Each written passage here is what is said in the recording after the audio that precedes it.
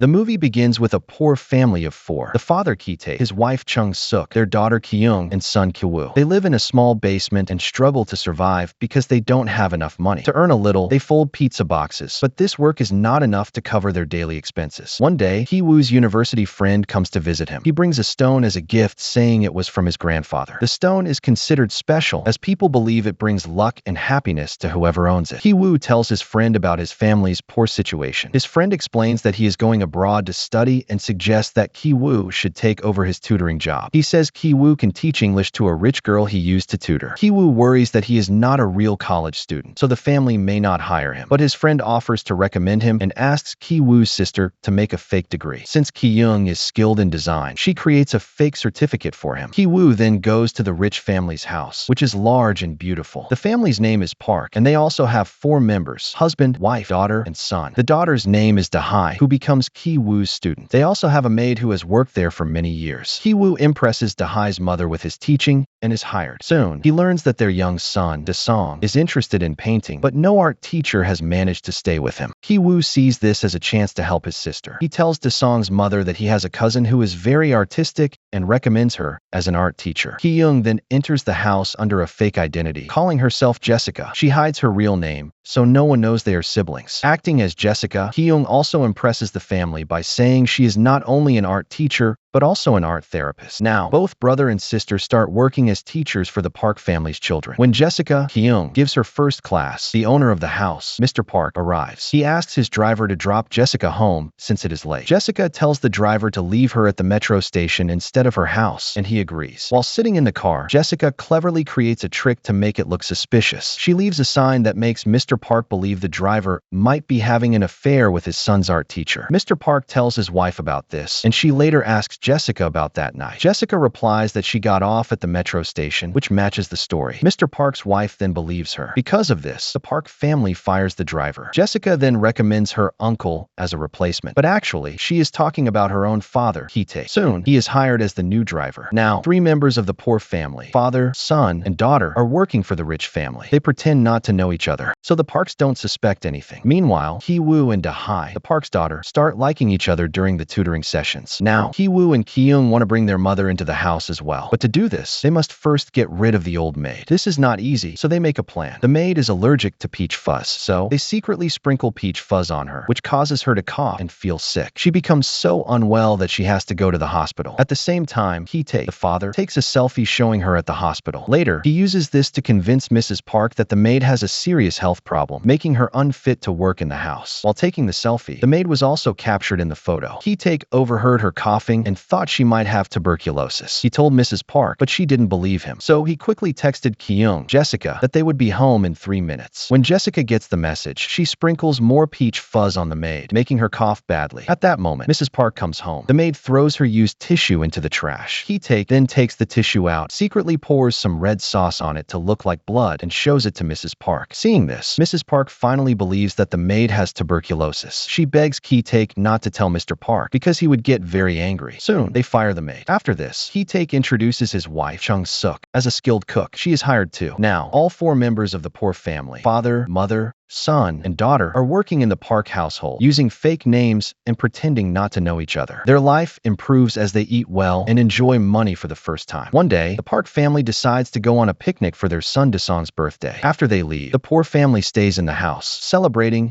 and enjoying a small party together. But suddenly, the doorbell rings. It is the former maid, who says she left something in the house and needs to pick it up. Chung-suk lets her inside, and the maid quickly goes down to the basement. A long time passes, but she doesn't return. Curious, Chung-suk follows her. She finds the maid struggling to push a heavy cupboard. A plate blocking it is removed, and the cupboard finally moves, revealing a hidden passage that leads underground. Chung-suk is shocked to see that the maid's husband has been secretly living there for over 4.5 years. The Park family had no idea because the previous owners of the house never told them about this secret bunker. The maid knew about the secret passage because she had been working in the house for a long time. She had hidden her husband there, as he was in heavy debt and would be killed if he couldn't pay it back. The maid begged Chung Chung-suk to secretly bring food for her husband once a week, saying there was a refrigerator in the basement. She even offered to pay her, but Chung-suk refused and threatened to call the police. The maid begged her not to do that. Meanwhile, Hee-taek, Hee-woo, and Kyung were secretly listening from the stairs. Suddenly, one of them slipped, and all three tumbled down in front of the maid and her husband. Realizing the truth, the maid quickly recorded a video. In it, Hee-woo's voice could be heard saying, "My father," which revealed that all four of them were actually family members working in the house through trickery. The maid threatened to send this video to Mrs. Park, the owner of the house. She ordered them to raise their hands and even recorded another video showing them and the table full of party food. But the poor family attacked the maid and her husband, wrestled the phone away, and deleted the video. In the middle of their fight, the phone rang. Chung-suk answered. It was Mrs. Park. She said their trip had been canceled because of heavy rain, and they would be home in 8 minutes. She also asked Chung-suk to prepare food quickly. Panic spread. During the call, the family kept their hands tightly over the mouths of the maid and her husband so they wouldn't make noise. Afterward, they tied the couple up in the basement and rushed to clean the house. Exactly 8 minutes later, the Park family returned home. The house looked neat